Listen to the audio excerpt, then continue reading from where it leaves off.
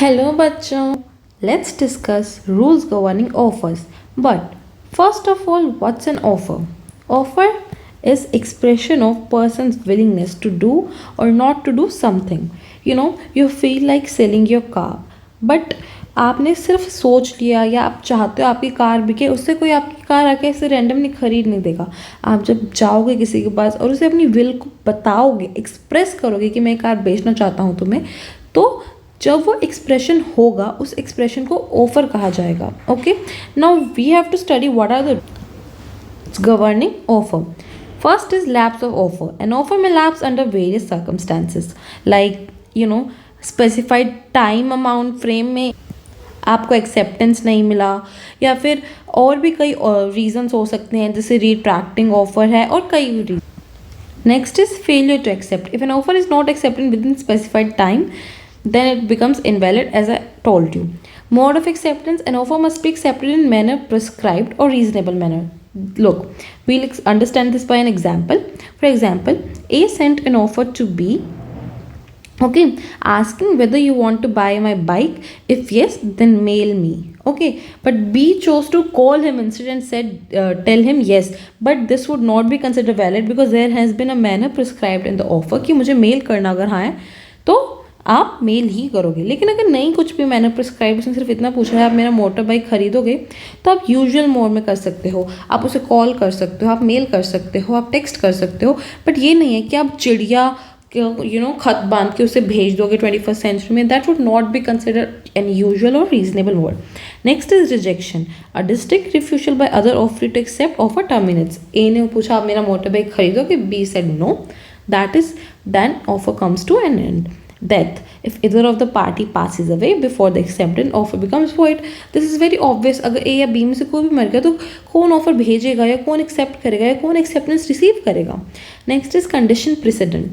If offeree fails to fulfill a condition precedent required for acceptance, the offer lapses.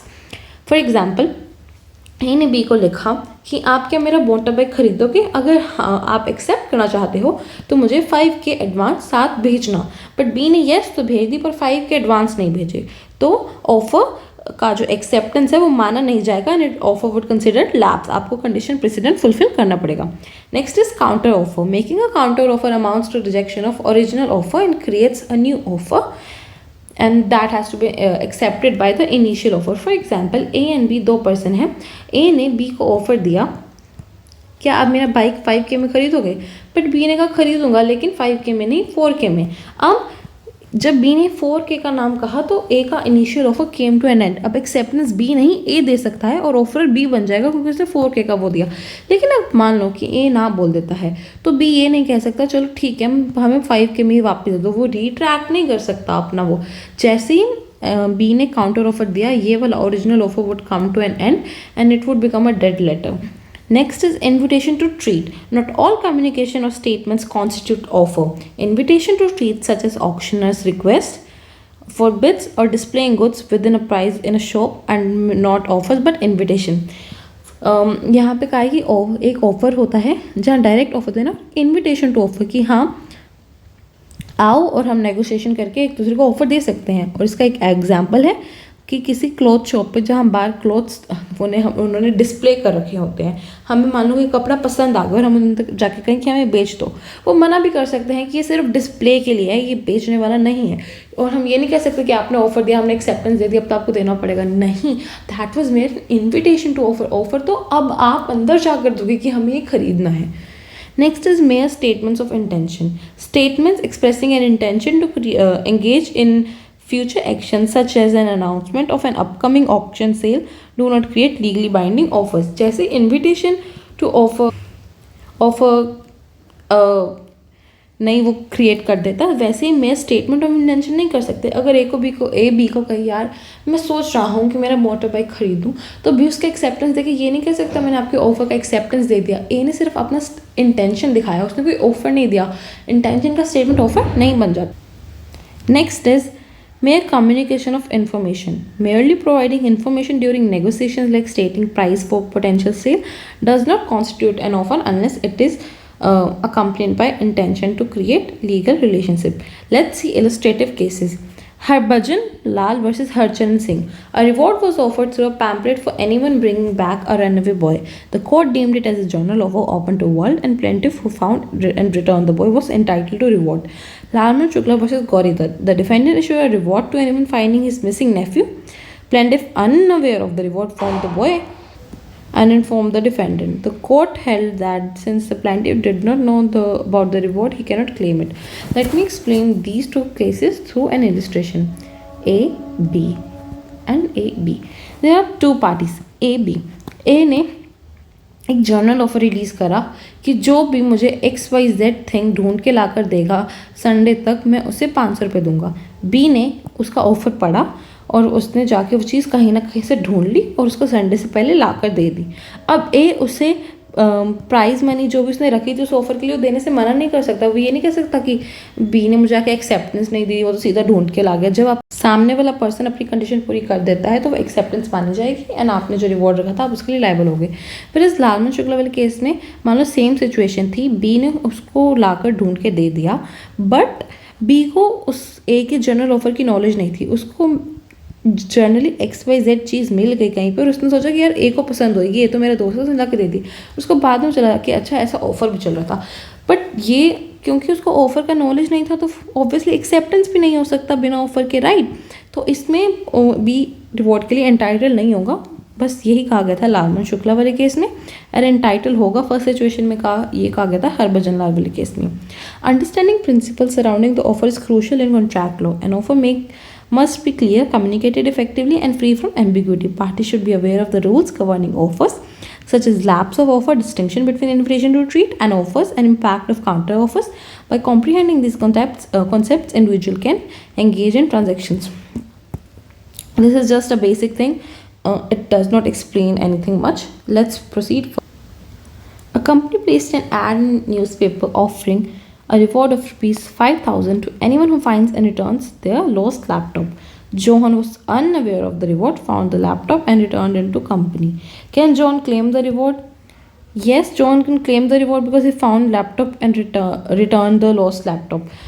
Look, though he found the laptop and returned the lost laptop, it overlooks the specific condition of offer which are crucial to a contract law. Next is no, Johan cannot claim reward because he was not aware of the offer. Look, there are according to that Gauri Dutt case, knowledge of offer is essential, but it cannot be sole determining factor, right? There are other things that matters too. Next is yes, John can claim reward as long as he fulfills the conditions mentioned in the offer. This option suggests that as long as he fulfills the condition, this option is somewhat close but does not address critical concept of general offer. This option D is correct answer, we can see from here, because it talks about general offer. The company's offer was public, John accepted it, and thus he would be entitled. Sam, a collector of rare books, placed an ad in local magazine stating, "I'm willing to pay rupees 50,000 for first edition copy of Enchanted Garden by author XYZ. One day Sarah visits a bookstore and finds the copy and decides to sell it to Ram. Can Sarah claim 50,000 reward mentioned in Sam's advertisement?" The correct answer is option D. No, she cannot, as this was mere statement of intention. He clearly said, "I am willing to pay." The key issue is here whether the advertisement constitutes a legally binding contract that obligates Sam to pay the reward to anyone who brings him the book. Option A says yes, thus it's wrong. She can claim. No, she cannot. Option C again says yes, it's wrong. Sarah can claim reward since she found the book and decided to sell it. No, Sarah cannot claim the reward because she did not know about the advertisement. See, it was nowhere talked in the passage whether she had knowledge about advertisement or not. Also, the formation of a legally binding contract is not dependent solely on her knowledge, as we discussed in previous question. Alex was a car enthusiast, placed an online advertisement stating, "I'm willing to sell my vintage car for this, and to the first person who contacts me." Beth saw the ad, immediately called Alex, expressing her interest. However, she could only pay this amount of money. Alex received another offer from Carl, who offered to pay this, and whom should Alex sell? Option A, he should sell to Beth because she was first person to contact him? No. This though the first person was to be, buy the car, but she provided a counter offer. Now Alex is the one who would be acceptor, and Beth is just an offerer now. Alex should sell the car to Carl. No, why? He also provided a counter offer. Doesn't matter low or higher. He was just a counter offer. Alex can choose to sell the car to either Beth or Carl based on personal preference. No, personal preference would, really affect the, legality. Legally binding contract exists or not is the main factor.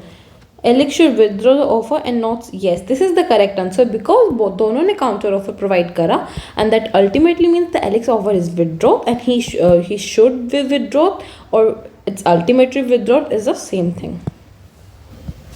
Emily, a renowned artist, displayed her artwork in an art gallery. Alongside her painting, she placed a sign stating, "All paintings are priced at 1,000 each." Mark visited the gallery, selected the painting, approached the gallery owner, and expressed his desire. Can he buy it? Option A says yes. Mark can claim painting for rupees 1,000 since it was stated price on the sign. See, option A is incorrect because because while the sign did state the price, it does not necessarily mean that Mark can claim this. It was mere an invitation to treat, right? Remember, displaying of the goods, it's an invitation, not an offer, so he cannot necessarily claim. So option C would also be rejected, which says yes and talks about verbal communication, which is irrelevant. No, Mark cannot claim painting was because it was mere invitation. This is the exact answer as I already told. Option D, no, Mark cannot claim the painting for rupees 10,000 because sign did not specify the payment method.